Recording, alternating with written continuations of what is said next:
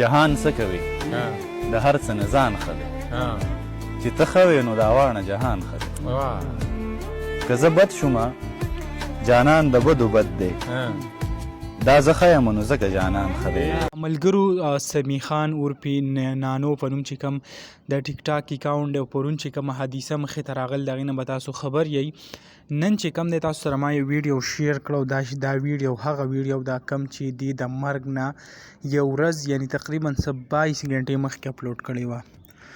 تیر شوي ویډیو ما هم اپلوډ کړو په هغې کې ما پوره تفصیل بیان کړو چې آیا په کم ګاډي کې چې پېښور ته روان وو د پېښور نه ساري اسلام آباد ته په لاره کې جنګ نومي علاقه چې ده هلته یو حادثه مخې ته راغله د دې کوم لور چې د هغه پکې زخمي شوه کم دا په خپله چې کم دی پکې وفات شوه.